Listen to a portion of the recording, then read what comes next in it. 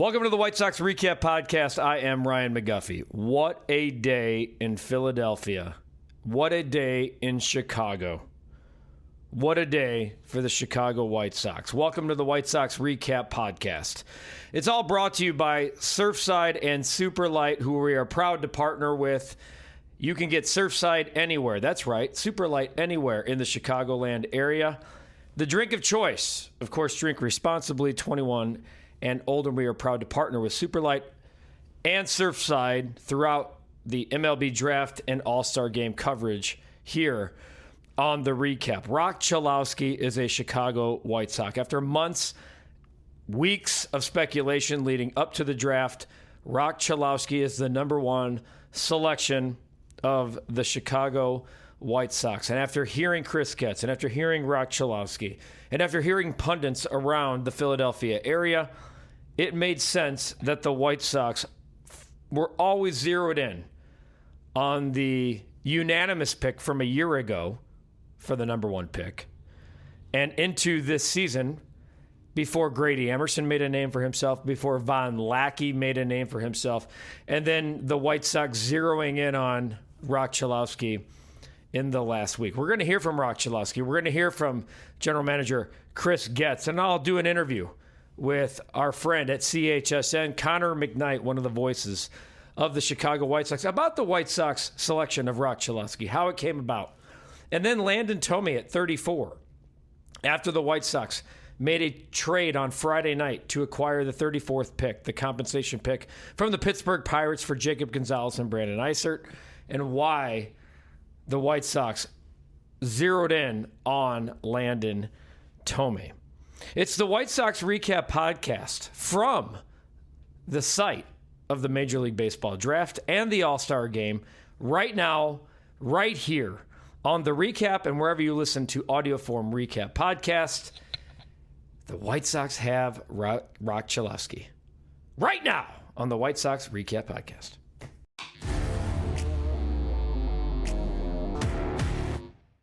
Yeah. Much funnier and more engaging now that you're in first place.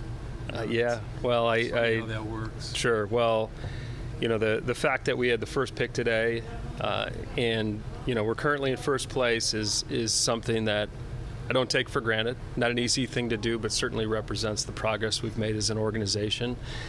And you know, we hope to continue this special year. You know, regardless of how the year plays out, we've accomplished a lot this year, and today certainly signifies something that yeah, it's a big deal for the organization, and to be able to secure that with what the team has done on the field and get another win today and officially win the series and start hopefully a new run at home as well. So it's been a good day so far. How much did the Gonzalez trade last night factor into being able to get, finish off Roch and then draft Landon too? Well, it really, yeah, we had Landon. You know, you put together your lists and you build out your board. Truthfully, you know, you don't know how the draft's going to play out, and so it was more about securing the pick and knowing the value that could bring today with the, with the entirety of the draft, and to be able to, bring in Landon, one of the top left-handed high school bats, in addition to Prosek as well. I mean, we felt like they were the best high school left-handed bats remaining in the draft to be able to secure both of those players. Obviously, Landon, a lot of attention because of Jim, and we've known Landon. We've known him for a long time, and we know the Thome family and what they're about. We love to dive in. We know it's important to dive into the support systems and what you're getting from a player, and to know what we're getting with Landon. We're very confident he's going to reach his ceiling because of how he was raised. And then, we're going to continue throughout this draft today. I talked about Prosek, very excited about getting him as well. A special young bat with power. He's caught before, he plays infield. Once again, left-handed. You've heard me talk about how much we value left-handed bats here. So we feel really good about where we are right now. What was that home visit like with Landon's parents? There was nothing surprising. Let's put it that way. What was you choosing Roch, right? And we know he's been the favorite name, and then Emerson comes up and Lackey comes up. What was the factor? Was it signability, knowing, Chip's discussed the signing bonus and how it's going to fit what you guys want? What were the defining factors to make you pick him? Yeah, at the end of the day, we were most comfortable with Roch Cholowsky with our first pick, regardless of what the signing bonus was going to be. Now, there was a fair amount of debate on, which was the best selection for the Chicago White Sox. But as we really spent time the last couple weeks and dialing in on what's best for us, who's someone that we feel like can really come into this organization, fit in, we've really gotten to know Roch. We've had him into Chicago, spent time with him personally. He spent time with Ryan Fuller. He spent time, with Will Venable and others throughout the organization. And, we've had people that have met Roch Cholowsky and felt so comfortable with him, we didn't even need to watch him play. That's how high character and impressive this human being is. And then you look at what he has done throughout his baseball career, both at UCLA, but prior to that, and we had interest with him in high school, and then to be able to watch his college career unfold and see what he accomplished and the impact that he had on his teammates and that program, and now to envision that type of influence within this organization is something that attracted us to select him at number one. Chris, when you Yep. I was going to say one quick follow-up. His Big Ten numbers were obviously his Big Ten player of the year. His Big Ten numbers were a little down. People noticed that. People were obviously game planning for him and things like that. But did that concern you guys at all? We looked at it. We looked under the hood, and there was still a lot of consistency with underlying numbers. Whether it be myself or Ryan Fuller, when we talk about the decision-making scores and the contact scores and the power scores, it was right on par, pretty close to being on par with what he had done in the past. Now, when you really break down the swing, there are some things that probably needs to be adjusted at some point. And knowing that he's been very open-minded, excited to really dive in on his offensive game, and if we feel like, or we did feel like, that if we unlock that, we've got an even better player than where he currently is. So, and just like most players, when you're thinking about and planning, future development, you've got to have players that are open-minded and have the work ethic and the acumen to make those adjustments, and we felt like Roch had that. You look at his defense, the way he commands the field. He's a quarterback on the field. It just stood out. It really did. And then, what he's accomplished. Sure, he's a famous player, a guy that was projected to be the number one overall pick coming into the season. So, there's a lot of eyes and there's a lot of critiquing, and oftentimes there can be fatigue. We've seen that year in and year out on players that are ranked that highly, and publicly, you're tracking that as well, and get an idea of perhaps what other organizations are feeling. But in this particular draft, there were 3 players at the top, and yeah, you could make an argument for any of them. You really could. But when we got to know Roch, and we've got a really strong feeling of our foundation and what we're about, this felt like that was the best fit. Chris, when you look at him being a collegiate player and he's had all these positive things going on, how soon can he be with a major league club? Well, we're fortunate to have a quality major league team right now, and to have 3 of our major league infielders have 20 home runs going into the All-Star break. That speaks to the talent that currently is on this field, and quite honestly made us even more comfortable, because when you talk about a collegiate number 1 pick, there's naturally a gravity and perhaps some pressure to get that player to the big leagues. But because of where we're at the major league level, especially in the infield at the shortstop position, we can let his development take shape naturally. That was a factor. It really was. So, there's some adjustments that need to be made. Not a whole lot. They could happen quickly, and that'll dictate, how quickly he works his way through the minor leagues. But you've heard me say it many a times. You can never have good, enough shortstops, and the value of a shortstop is, they're usually the best athletes on the field. They can play different positions, and we want to put together a club that has a lot of those players and traits that allow us to be versatile and and build depth and allow us to be competitive throughout a long what can be a challenging major league season. So to have different options is something that we've been set out to do. Are you at all surprised what impact a 1-3-day visit had on him? He said he got on that plane hesitant to come here and left wanting to stay.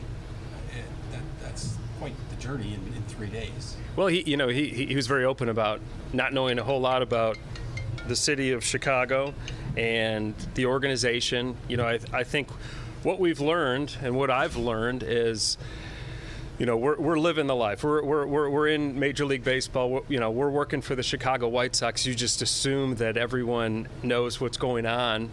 So many people in this room or at the Major League level, you're getting feedback all of the time. But a college player, a high school player, they've only been to perhaps a few of the cities or a few of the major league stadiums. So, it was a chance for Roch to get comfortable or get to know Chicago. He fell in love with it, and to spend time with, the staff that we had here, with some front office members to coaches.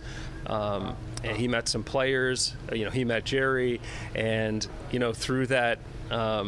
That setting in those meetings, he walked away, and we learned very quickly that this was a place that he wanted to come. So we're proud of what we've built so far. You go back to the questions I used to get about, when we going through the managerial process and where we were, and oftentimes people are interviewing us. They're going, and that was the case. And once he got to know us and understand our vision and what we've accomplished so far, and thankfully we've got a lot of tangible evidence that we seem to be on the right track. So he got comfortable, and when he made it very clear that this was a slam dunk place that he wanted to go, that was certainly something that we wanted to hear, and it made it a lot easier to make that selection. He said the deal was done Thursday. That you had told him, and he had told you before that he wanted to come, and that you said, we want you here too. Yeah, well, the deal was not done then, and we were still in discussion. So we continue to have conversations with his agency, and we finally got to a point where, of course, we made it final. But yeah, candidly, we took our time. We did our due diligence. You wanted to collect as much information as you can, and we were able to do that and get it to the finish line. Did it help you, though, knowing Thursday? He told us that Thursday he told you guys this is where he definitely wanted to be, and We knew he was very comfortable with the Chicago White Sox. We knew that before Thursday. Didn't mean that we had a deal done then, because we did not. But I'm happy to hear that he was very comfortable that he was coming here, and that maybe speaks to the confidence that he has. When you trade Gonzalez away, you're obviously taking away a useful piece of the depth for this current team. Was that trade kind of necessary to do the top of the draft the way you wanted to kind of maximize it? And did you have to weigh a little bit the long-term benefit of the organization with a little bit of a short-term sacrifice? Yeah, there's, you've got to weigh all of those things when it comes to making a decision. We wanted to maximize this draft. We felt like this was a draft to get creative and add picks and value and pool money to the draft, so we could, when the draft day is done tomorrow, that we felt really good about where the organization sits, where our farm system is, and sets us up for the future. So, obviously you've got to give up something to get something, and Jacob did a really nice job. This year, you look back at what he accomplished in Charlotte and coming up when Mooney went down and helped us win baseball games, and I expect him to go out there and play well with the Pittsburgh Pirates. But we also feel like we've been able to repurpose and add some quality talent underneath and in the farm system from this draft, and we'll continue to look for opportunities to add. There's been a lot of talk about a philosophical debate before this draft about college player versus high school. Was there a lot of discussion in your room about, the presumed shorter timeline with college players? Because there was a lot of chatter about that before the draft, obviously. There's always speculation on proximity and how that plays into a selection.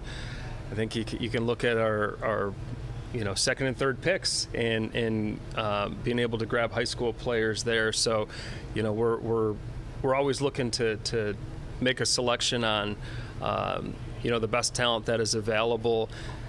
I think in all reality, there's more risk to a high school player because of the age and the amount of development that is ahead of that particular player. But in this case, we wanted Roch. We selected Roch.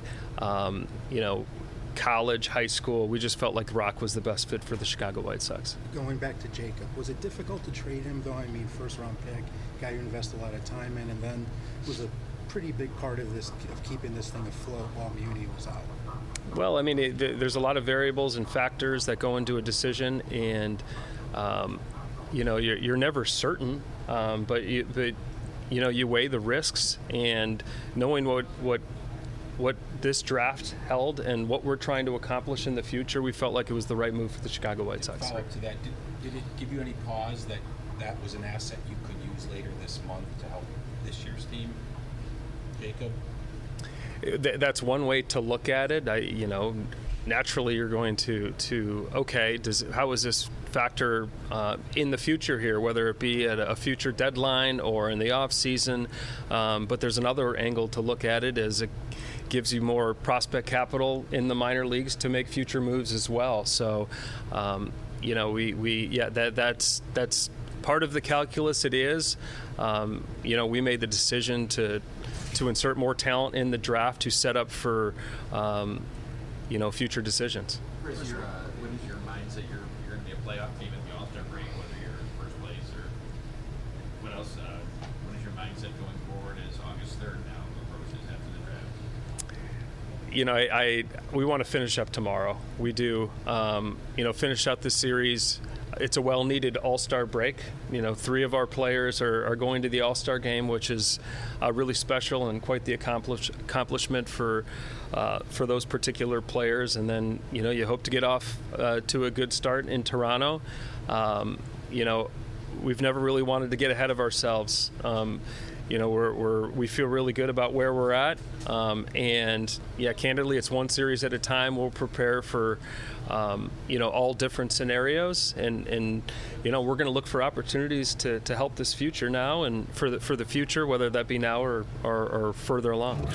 All right, really good stuff there from Chris Getz talking about how the White Sox zeroed in on Roch Cholowsky. They're kind of sprayed to all fields about the White Sox at the trade deadline, where they are here in first place, and Landon Tomey and the other picks that they zeroed in on here in the first 4 rounds of the draft on Saturday. As for Roch Cholowsky, he did meet the media on Zoom as well. We saw how emotional that he got. I think that's one of the most powerful clips of the entire night, of the entire day of the draft. A lot of times you see these number 1 picks, or you see guys in his position that have been heralded as the dog, the top guy for a long time, and they have that smile and that reaction, and very rarely show the emotion that Roch Cholowsky showed from his home on Saturday. We talked to Roch Cholowsky after he was selected by the Chicago White Sox at number 1 overall, and I had the opportunity to ask him a couple of questions. Most importantly, about his visit with the White Sox a few weeks ago, and what his perception was, what his takeaways were, and if he followed the team after. And I thought there was some really good stuff about how he really soaked in his opportunity to be with the White Sox. It happened to be on the night that Braden Montgomery made his Major League debut and hit the walk-off homer. So here is Roch Cholowsky after I asked him about that experience and his takeaways from his nights here in Chicago. Hey, Roch, congratulations. I wanted to ask you about that time in Chicago, specifically about the clubhouse. You talked about it being like a college atmosphere. Knowing that the White Sox very rarely is the number 1 team in playoff contention while they're making a pick. And here you have a team full of a lot of young guys like yourself on the verge of doing something possibly special in 2026, and you're knocking on the door. So the White Sox put a phone call out with you and Chris earlier saying that you took years off of my life. So can you just kind of reiterate and talk about that nervous energy of wanting to be with the White Sox and fitting into that clubhouse that you talked about when you came to Chicago and knowing that they're so close? Yeah, I mean, it was, originally I didn't want to come out, a couple weeks before they'd asked me to go. I just, I kind of wanted to let things play out. I didn't really, I'd never been out to the Midwest for the most part. And I'd never been out to Chicago. I was very hesitant to go out there just because I didn't know what I was getting myself into. But, the second that I got off the flight and, Josh Barfield picked me up from the airport, like it was, I was wide-eyed the entire week. I was there for 3 days, and when I was leaving the field after Montgomery's walk-off, I had told them I wish I could have stayed for another week. But the whole experience, being able to go to dinner with Getz and Barfield, being able, they dropped me off at the hotel right after dinner, and I'd sat and I'd walked around Chicago till 2 a.m. Just trying to understand, what it's all about and see everything that has to come with it.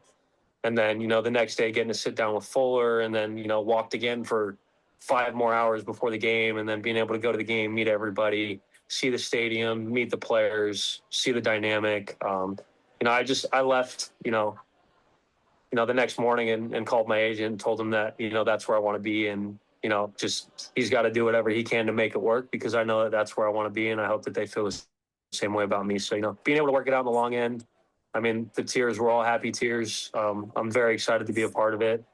I fell in love with the city while I was out there, and I'm very excited to get back. Had you been following the team after you left, or did you try to just? Yeah, you have. Yeah, big time. I was telling my closest friends to me that with the last couple of days of the negotiations, not finding a deal, that I was a little upset with how attached I got to Chicago. Just in case it didn't work out. But I started playing with them on the show. My home and away jerseys on my custom team are the City Connects and the Throwback Creams. I've been watching the games. I got really attached to it, and I'm very excited to be a part of it. I would have been a little upset if it didn't work out. Congrats. Thanks. Thank you. How do you not love this kid? Like, I heard this kid talk well before my questions, and I'm like, dude, Chicago, yeah, they're going to love this guy. Forget the fact that his name is Roch Cholowsky and that it just is synonymous with Chicago, but the fact that he realized he was part of something special and that he went back to his hotel, he couldn't sleep, so he decided, let me take this city in. Let me walk around till 2 a.m. Let me leave the city of Chicago, tell my agent this is where I want to be, follow the team after I leave, become the team in MLB The Show, take on the City Connect jerseys and all, and then cross my fingers and pray to God that it happens. It just is the perfect symmetry between team and player and team, and you can see why the likability factor of Roch Cholowsky is high. My friend at CHSN, Connor McKnight, who's a great voice of the Chicago White Sox, was here with me, one of the few Chicago media members that made the trip. I did a conversation and had a conversation with Connor after the White Sox made the selections of Roch Cholowsky and Landon Tomey. Kind of an all-encompassing interview about the two and what it was like to cover the draft here in Philadelphia. Joined by one of the several voices of the Chicago White Sox and CHSN's Connor McKnight, who's here with me at the MLB draft. I want to ask you a draft question, more about the event, but that's going to be later in the program here. But obviously the White Sox taking Roch Cholowsky 1-1. It ends 6+ months of drama and more like 6 weeks, because we've heard a lot about Grady Emerson and Von Lackey, and Cholowsky had slipped. But everybody take a deep breath. Roch Cholowsky is coming to the south side, and just your initial impressions of the White Sox pick. Yeah, I think this fits what they're looking to do. They've wanted to be strong up the middle for a long time now. You look at the current roster with Colson Montgomery, Chase Mydroth, and those that fill in for them.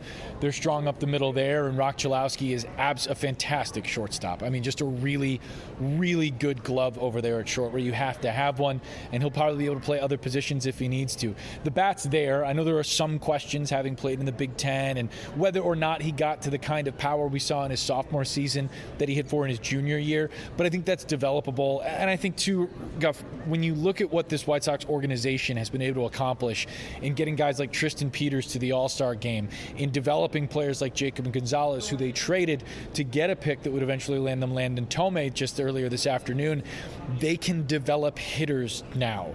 And that's not something that was so readily said about the White Sox organization for a while. So if you have questions about the bat, you have the organization that can solve and answer some of those questions for the player and work together with him.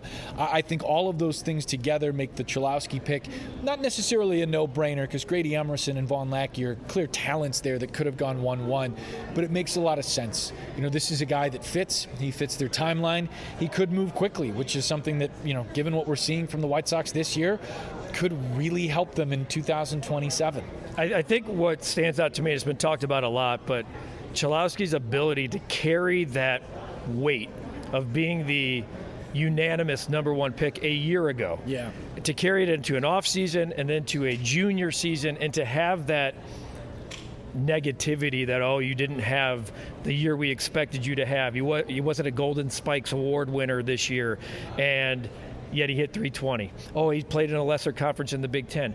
That's a lot for anybody to wear, regardless of age, but a college kid with those type of expectations, to carry that and then to receive the reward of 1-1, and we saw the video of the emotion. That jumped off the page to me. I turned around, you were sitting behind me in the draft, and I said, I love this. Yes. Because we don't see it a lot from kids who have that aura, that expectation. A lot of times just kind of ho-hum, and it was fun to see the weight of that kind of fall off his shoulders and be emotion. I think you're right, and the other thing that kind of goes with that too is the kind of teammate that Cholowsky is, or has been reported to be. John Savage's coach at UCLA has talked a lot about how Cholowsky is kind of a dad on the roster, a guy that's going to check in with each and every player, make sure they're getting done what they need to get done, not in like a baseball police kind of way, but in a caring teammate kind of way. And I think that speaks pretty loudly of who the guy is as a player and as a person. You talked about the expectations and kind of living up to the season that he had in his sophomore year. Well, he was that guy through his sophomore season in that UCLA clubhouse, and he was that guy this past year in his junior season with all of the expectation. Can you go 1-1? Are you the best player in the country? Are you the best prospect in all of baseball? Like, all of those ideas are difficult for a kid to kind of live with, right? Oh, and by the way, don't stop being the guy that you are on this number one team, making their way all through the entire season. Now, granted, UCLA got knocked out of the College World Series fairly early on. It is what it is, but they still had to carry all of that through a whole schedule. He did, they did. I think that kind of underscores how impressive he's been. A couple more minutes here with Connor McKnight of CHSN. The White Sox selecting Roch Cholowsky with the number one overall pick. And there's a couple of things I want to get to you with. I was on the Zoom. I know you weren't, but I can paraphrase some of the things that were said. But you had the opportunity to call some of his college games for the Big Ten Network when he was at UCLA. What stood out to you? You know, seeing video, reading mock drafts can only do so much. When you put your eyes on the player, what did you see? Well, I'll tell you, I saw him in his sophomore season. I called a couple of games for the Big Ten tournament in Omaha. They were playing Washington. And in his first at bat, he hit a ground ball to short about 119 miles an hour off the bat. It felt like there's out number one.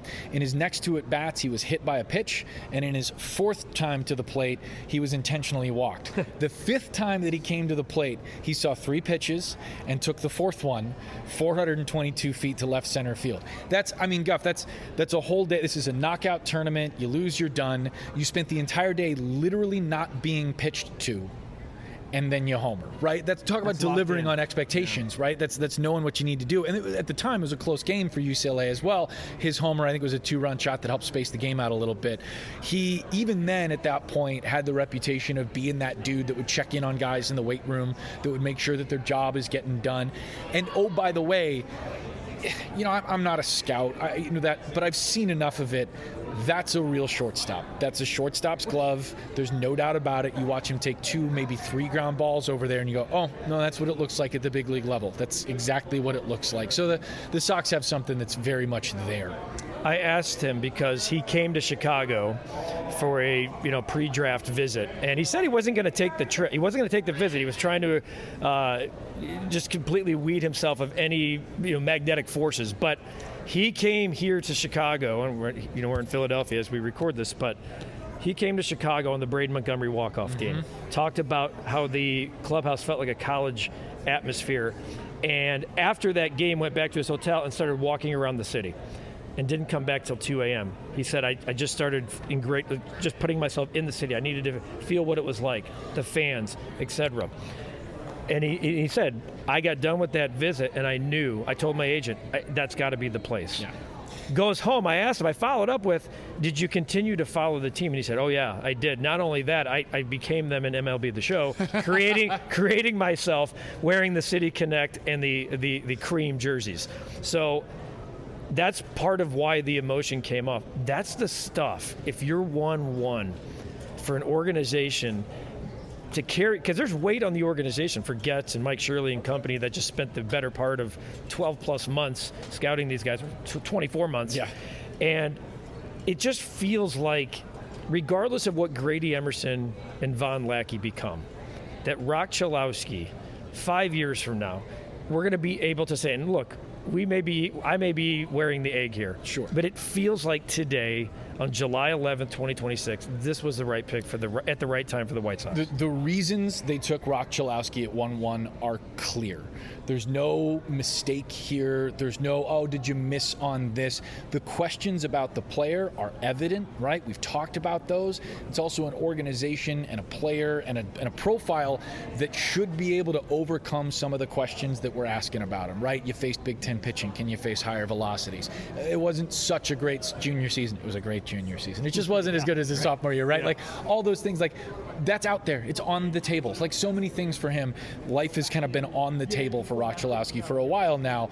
I don't think there's a lot of questions as to why'd you take Roch Cholowsky tomorrow or 5 years from now, like you mentioned. I think the other thing too about his visit to the ballpark, we'd caught wind of that visit over the last couple of weeks, and it had kind of been expectations building a little bit to a certain degree, where you're thinking, okay, I think this is going to happen the way you kind of figured it would happen. A lot of bubbling up about Emerson and about Von Lackey, and to their credit, that talks more about who they are as people and players than anything They else. went 1, 2, 3. They did, yeah. I mean, it's not like the industry missed on this talent either, right? But I agree with you. Roch Cholowsky makes a lot of sense for a franchise that plays at 35th and Shields for a host of reasons, and the least of which is the kid was born to be a White Sox. Truly, it'll be fun to watch. All right, so we get wind on Friday night that the White Sox shipped Jacob Gonzalez and Brandon Eisert to the Pirates for the competitive pick at 34. Yeah. We all knew what was going on there, okay? Like, more pool money, yes, but the White Sox had to be confident that Landon Tomey was going to be there, and they weren't so confident at 41. And I think I talked to a couple of people beforehand. They're like, Tomey won't be there at 41. Right. So they jump ship.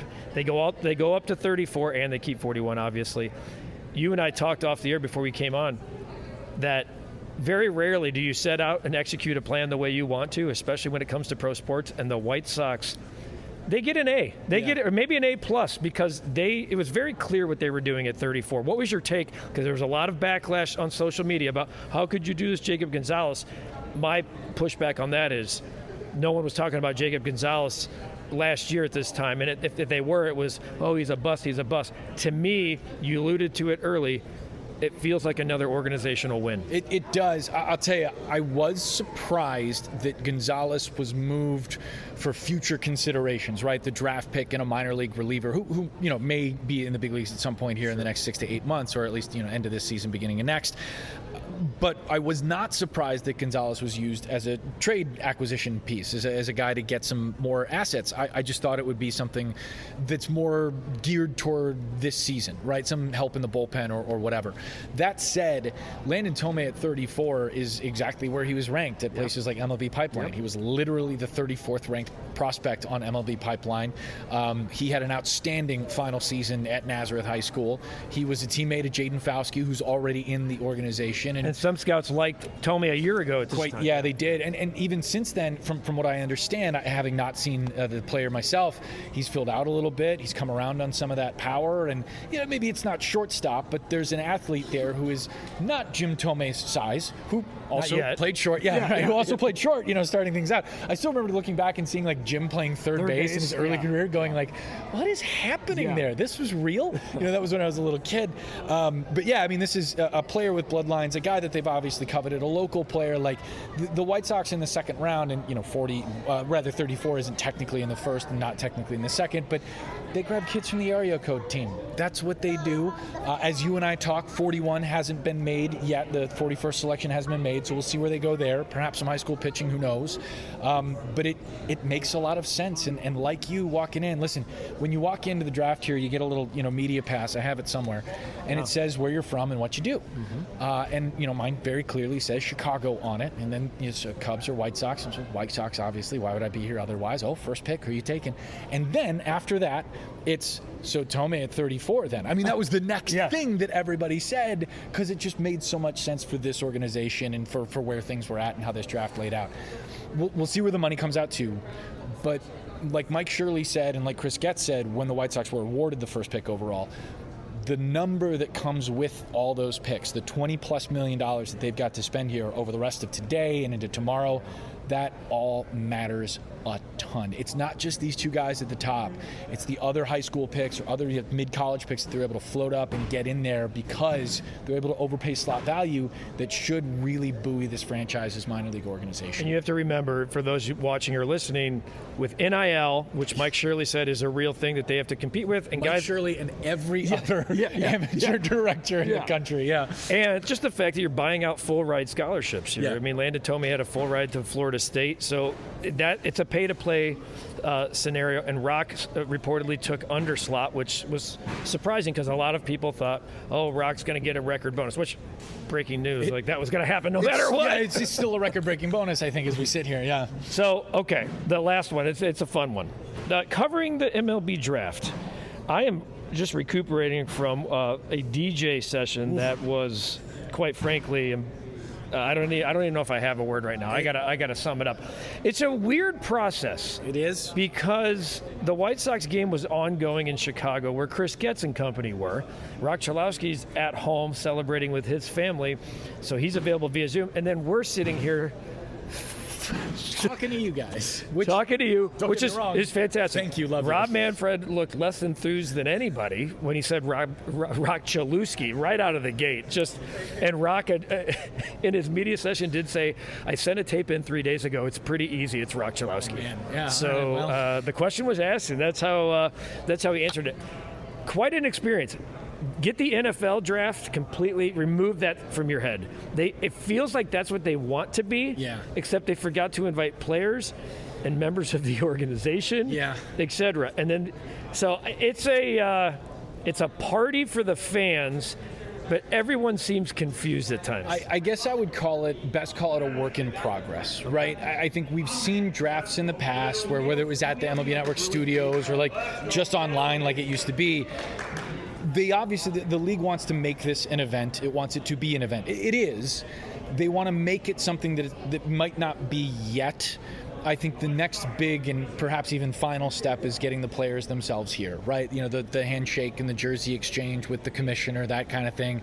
And obviously there's hurdles to that, and not everybody wants to go. NFL Hall of Famer Joe Thomas famously did not want to go to the draft. He had a fishing trip scheduled with his dad, right? Like, there are going to be those kinds of things that happen. Always. But for the most part, when the players get here, this draft, I think, will be obviously not as big because you're talking about high school players that not a lot of people know. At least I think we will be. But still, that's when this will be as big as they can make it, is when you've got Roch Cholowsky walking across the stage and taking that White Sox jersey with the number 1 on it and then, doing that whole thing. I think it's the next final blow, hopefully. Needless to say, you and I aren't clubbing tonight, are we? No, we've already done that. It was the DJ said I would describe as energetic. It's very, very loud. That's a very nice. It's being kind. And I was really happy to hear "Don't Stop Believin'" at full volume. At one point, I felt like I was legit back at Wright ringing Field. in my Connor. Always good to be with you, Pleasure. buddy. I'm glad Pleasure. that you and I represented Chicago and flew all the way out here to You and me both, and we've got a lot more representing to do. We do. 3 All-Stars and a home run derby participant. Tristan Peters named to the All-Star team while we were here, which we're not going to get into that because I thought he should have been here from the start. So what a reward. Maybe he'll get a ring as well from Jerry, but to get an All-Star berth, what a story. Connor McKnight, you can catch all of his great work on CHSN. He's the best in the business, longtime friend of the program. Thanks, buddy. From the All-Star game, from the MLB draft, plenty of content to come. He's Connor, I'm Guff. So, look, it's hard to explain the draft in person versus what you may have seen on TV. The fact that it went from NBC to the MLB Network to MLB.com tells you it's a work in progress. I will tell you that hours later, my ears are still ringing from the circus that was inside the MLB draft. No players, no staff, no coaches, just the commissioner, some DJs, some loud voices, loud music, and Philadelphia's version of the Jesse White tumblers.